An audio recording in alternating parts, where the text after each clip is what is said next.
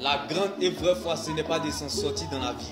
La grande et vraie foi, ce n'est pas sortir victorieux des épreuves terrestres, mais plutôt de sortir victorieux des épreuves de l'éternité.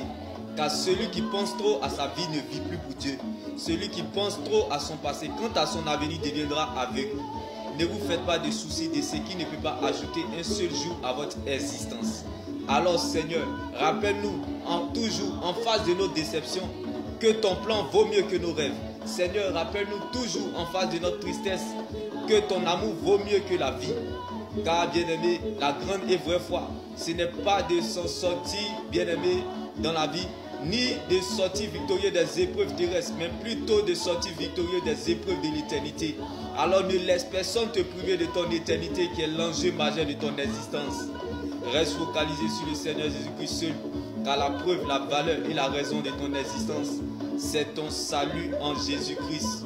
Tu n'es pas venu sur la terre pour être ami de quelqu'un, mais plutôt camarade. Car, bien-aimé, ton véritable ami, c'est le Seigneur Jésus-Christ. La grande et vraie foi, c'est de relever les faits.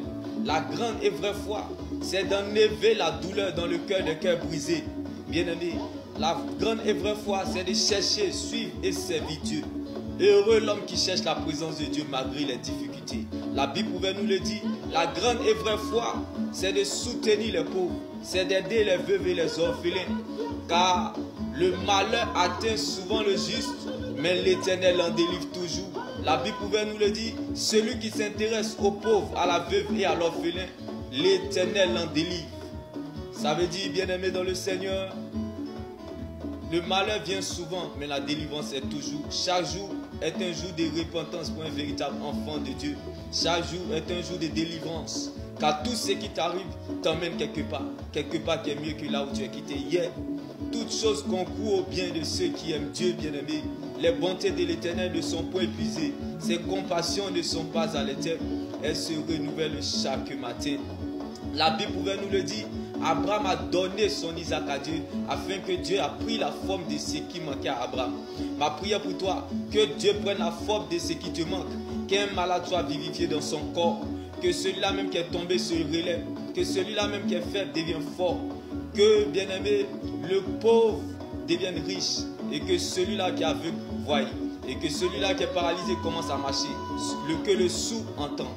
Bien-aimé dans le Seigneur, la Bible pouvait nous le dire, bien-aimé, la vraie joie dans le Seigneur ne dépend pas, bien-aimé, du climat extérieur, ni de ce qu'on a dans nos poches ou dans nos mains, mais plutôt de ce qu'on a à l'intérieur de nous, la parole de Dieu, car c'est la parole de Dieu qui conditionne notre vie.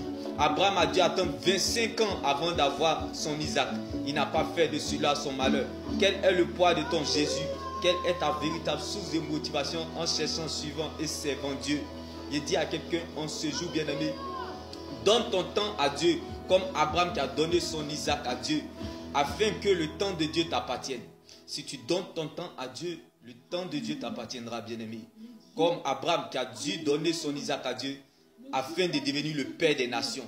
Car pendant que Abraham pensait à sa vieillesse et Sarah regardait à sa stérilité, Dieu voyait des nations. Il dit à quelqu'un en ce jour, quel que soit, bien-aimé, la durée de ta vieillesse, quelle que soit la durée de ta situation, le capital vie de Dieu qui est en toi te rassurera coûte que coûte jusqu'au bout. Tu y arriveras comme Abraham qui a dû attendre 25 ans avant d'avoir son Isaac. Le capital vie de Dieu qui est en toi est trop important pour qu'une flèche se tue. Car la vraie stabilité d'un véritable enfant de Dieu ne dépend pas du confort, ni, bien-aimé, du climat extérieur, ni de ce qu'il a dans ses poches ou dans ses mains, mais plutôt de la présence de Dieu dans le coffre de son cœur. Car, bien-aimé, ce n'est pas ton rang social qui compte pour Dieu, mais plutôt ton rang dans le royaume des cieux. Ce n'est pas, bien-aimé, ta présence à l'église qui compte pour Dieu, mais plutôt la présence de Dieu dans ta vie. C'est ce qui compte pour Dieu, bien-aimé. Alors sache que on ne va pas à l'église pour être béni, c'est une malédiction. Parce que nous sommes la bénédiction. On n'est pas pour devenir quelqu'un, mais on est pour être ce que nous sommes. On va à l'église pour être une source de bénédiction. On va à l'église pour servir Dieu. Car bien aimé, on ne traverse pas la vallée pour être béni. C'est une malédiction. On traverse la vallée plutôt pour être une source de bénédiction. Comme David dans la bataille contre Goliath. David n'a pas traversé cette vallée-là pour être une bénédiction, pour être béni, mais plutôt pour être une source de bénédiction pour le peuple d'Israël. Il dit à quelqu'un en ce jour, celui qui a fait le testament est vivant. Donne ton Isaac à Dieu comme Abraham qui a dû donner, bien aimé, son temps à Dieu afin que le temps de Dieu appartienne à Abraham. Il dit à quelqu'un, si tu donnes ton temps à Dieu, le temps de Dieu t'appartiendra car le temps appartient à Dieu. Quand Dieu prend ce qui t'appartient, confie à son bon petit le temps, sois sage et patient car le temps finira par te donner ce qui te revient. Bien-aimé, quand on sert de pont entre Dieu et les humains, comme Abraham qui a donné son Isaac à Dieu, on provoque un concert au ciel. Car il n'y a pas plus grand amour que de donner sa vie pour ses amis. Il y a plus de grande joie de donner que de recevoir. Demeurez bénis. Shalom.